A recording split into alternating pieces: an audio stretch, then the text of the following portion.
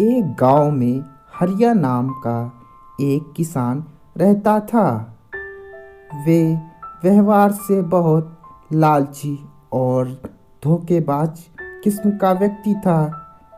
वह छल से अपने गांव वालों को ठगता और खेती करता। वे मेहनत भी बहुत करता और अपने उपज हुए अनाजों को ऊंचे दामों पर लोगों को बेचता था।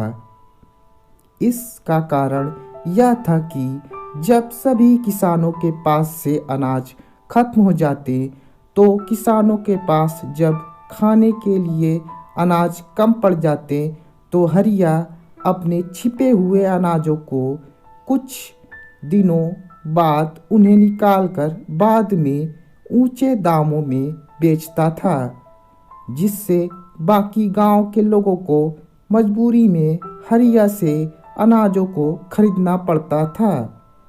गांव वालों के मुकाबले में हरिया के पास अनाजों की संख्या भी बहुत अधिक होती थी। इस बार भी उसने यही काम किया। जब सभी किसानों का अनाज बिक गए, उसके कुछ दिनों बाद हरिया ने अपने अनाजों की बोरियों को बाहर निकाला और एक एक करके बाजार में मुंह मांगे दामों पर बेचने लगा। एक शाम जब वह सभी काम खत्म करके घर वापस लौटा तो उसकी बेटी ने उससे कहा, पिताजी, सुना है आप अपनी फसल को बहुत ऊंचे दामों पर बेच देते हैं। इससे खरीदने वाले को अत्यधिक नुकसान होता होगा ना। हरिया ने जवाब दिया, क्या बकवास कर रही हो बेटा। फसलें होती ही इसलिए हैं, अगर किसान अपना फायदा नहीं सोचेगा तो भूखा ही मर जाएगा। बेटी ने कहा, लेकिन इतने ऊंचे दामों पर फसल खरीदने वाले को कितना नुकसान होता होगा। आखिर वे भी तो मेहनत की कमाई है। आप बाकी किसानों की तरह सही समय पर अनाजों को क्यों नहीं बेचते। हरिया ने जवाब टालते हुए कहा, बेटी, वैसे भी आज मैं काफ़ी थक गया हूँ और तुम ज्ञान देने लगे हो। तुम्हें यह विचार नहीं आया कि पिताजी काम से लौटे हैं तो उन्हें कुछ मीठा और पानी दे दूँ। तुम अपनी पाठशाला में बड़ों से कैसे बात करनी है, पहले ये सीख कर आओ। हे भगवान, तुमने मुझे कैसी बेटी दे दी। पहले जन्म लेते ही अपने माँ को खा गई और अब मुझे ज्ञान देने बैठ गई। कुछ दिनों ऐसे ही चलता रहा और हरिया अपनी फसल से काफ़ी अच्छा दाम कमा लेता है। हरिया के पड़ोस में एक बूढ़ा व्यक्ति रहता था। उसका इस संसार में कोई भी न था। वे जीवन का गुजारा करने के लिए अपने ही खेतों में बीज बोता, फसलों की देखभाल करता और अकेले ही अनाजों को बाजार में बेचने के लिए चले जाता। एक दिन बूढ़ा व्यक्ति अनाजों की बोरियों को भर रहा था ताकि वे उन्हें बाजार में जाकर बेच सके। लेकिन अचानक हरिया की कपटी नज़र बूढ़े व्यक्ति के अनाजों पर पड़ती है और वह सोचता है कि अगर मैं इस बूढ़े व्यक्ति को अपनी बातों में फंसा लूं तो इसके अनाजों से भी मैं बहुत सारा धन कमा पाऊंगा। कुछ देर बाद वे अपनी कदम की रफ्तार बूढ़े व्यक्ति की तरफ बढ़ाता है और उस बूढ़े व्यक्ति से कहता है, नमस्कार बाबूजी, मैं हरिया, आपका पड़ोसी। बूढ़े व्यक्ति ने जवाब दिया, अच्छा अच्छा, हाँ बेटा, मैंने तुम्हें पहचान लिया। हरिया ने कहा, आप बाबूजी अकेले ही अपने अनाजों को बाजार में ले जाकर कैसे बेचते हैं। इस दुनिया में आपका कोई तो होगा। बूढ़े व्यक्ति ने जवाब दिया, नहीं बेटा, कोई नहीं है। कुछ मुंह बोले रिश्तेदार तो हैं, पर उन्हें मेरी मदद करने की फुर्सत कहाँ है। हरिया ने कहा, कोई बात नहीं बाबूजी, मैं भी आपके बेटे की तरह हूँ। आप इस उम्र में इतनी मेहनत मत किया करो, वरना आपकी सेहत खराब हो जाएगी और देखभाल करने वाला भी तो कोई नहीं है। एक काम करिए बाबूजी, आप इस अनाज को अपने घर पर ही रखिए। मैं एक एक बोरी करके इसे बाजार जाकर बेच आऊँगा और बदले में जो धन मिलेगा वे मैं आपको दे दूँगा। बूढ़े व्यक्ति ने कहा, नहीं बेटा नहीं, जब मेरे अपने ही मेरा साथ छोड़ गए तो तुम मेरे लिए क्यों इतना परेशान हो रहे हो। हरिया ने कहा, नहीं नहीं बाबूजी, परेशानी की कोई बात नहीं है।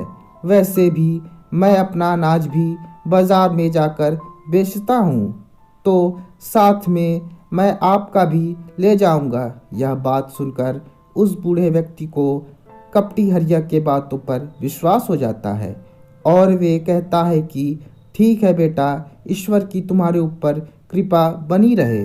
दूसरे दिन हरिया फिर से बूढ़े व्यक्ति के पास जाता है और उनसे अनाज की बोरियों को ले लेता है। अनाज की बोरियों को बैलगाड़ी में रखकर वे अपने घर की ओर निकल जाता है। अनाजों को बेचकर हरिया को मुंह मांगे दाम मिलते हैं। शाम तक जब उसका पूरा अनाज बिक जाता है तो वे पैसों की गिनती करता है। उसे काफ़ी मात्रा में मुनाफा होता है। धीरे धीरे वह उस बूढ़े व्यक्ति का विश्वास जीत लेता है और एक दिन उस बूढ़े व्यक्ति का देहांत हो जाता है। इस बात का फ़ायदा उठाकर हरिया उसके सारे संपत्ति को हड़प कर लेता है। हरिया की बेटी उसे बहुत समझाती है कि पिताजी, आप ये गलत कर रहे हो, किंतु हरिया के दिमाग में अधिक धन कमाने का पागलपन छा चुका था। अब वे पहले के मुकाबले अधिक अनाज बेचकर और अधिक मुनाफा कमाने लगता है। हरिया मन ही मन सोचता है कि जिसकी लाठी उसी की भैंस। अब हरिया को मदद की ज़रूरत महसूस होने लगती है। हो भी क्यों न, अनाजों की संख्या भी तो बहुत अधिक थी, किंतु गांव वाले हरिया के इस व्यवहार को समझ चुके थे।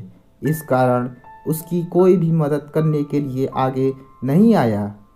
एक बार दूसरे गांव से एक धनी व्यक्ति आया और गांव वालों से हरिया का पता पूछते पूछते उसके घर तक पहुंच गया। उस धनी व्यक्ति ने हरिया से बोला, मेरा नाम राधेश्याम है और हमारे गांव में अनाज की बहुत कमी है और अब तो लोगों के पास खाने तक के अनाज का एक दाना भी नहीं बचा है। अगर तुम मुझे अनाज बेचो तो मैं इन अनाजों का दुगना दाम दिलवा सकता हूँ। इस बात पर हरिया ने अपनी सहमति जताई और वे उस धनी व्यक्ति के बातों में आ गया। उस धनी व्यक्ति ने हरिया को 2 महीने तक के अनाजों का दुगना दाम दिया। कुछ दिनों के बाद वे धनी व्यक्ति दोबारा हरिया के पास आया और कहा कि तुम्हारे अनाजों की बिक्री हमारे गांव में अच्छे दामों में हो रही है। क्या तुम मुझे इन अनाजों का 5 गुना अनाज अधिक दे सकते हो? मैं तुम्हें इनके 2 गुने दाम से भी अधिक दिलवाऊंगा। इस लालच में पड़कर हरिया ने अपने गांव वालों से सस्ते दामों पर अनाजों को खरीदकर उस धनी व्यक्ति के हाथों में सौंप दिया। सेठ ने 1-2 दिन में पैसा दे दूंगा यह वादा कर वे अपने गांव वापस लौट गया। जब कुछ दिनों के पश्चात उस धनी व्यक्ति की कोई खबर ना मिली तो हरिया का मन बेचैन हो उठा। उस धनी व्यक्ति के बताए गए पते पर जब वह पहुंचा तो वहां जाकर पता चला कि पूरे गांव में राधेश्याम नाम का कोई धनी व्यक्ति रहता ही नहीं है। अंत में वह धनी व्यक्ति एक बहुत बड़ा ठग निकल गया। अब हरिया अपने गांव वापस नहीं लौट सकता था क्योंकि गांव वाले पहले ही हरिया से नाराज रहते थे। इसलिए वह सब कुछ छोड़ छाड़ कर वहाँ से अपनी जान बचाकर भाग खड़ा हुआ।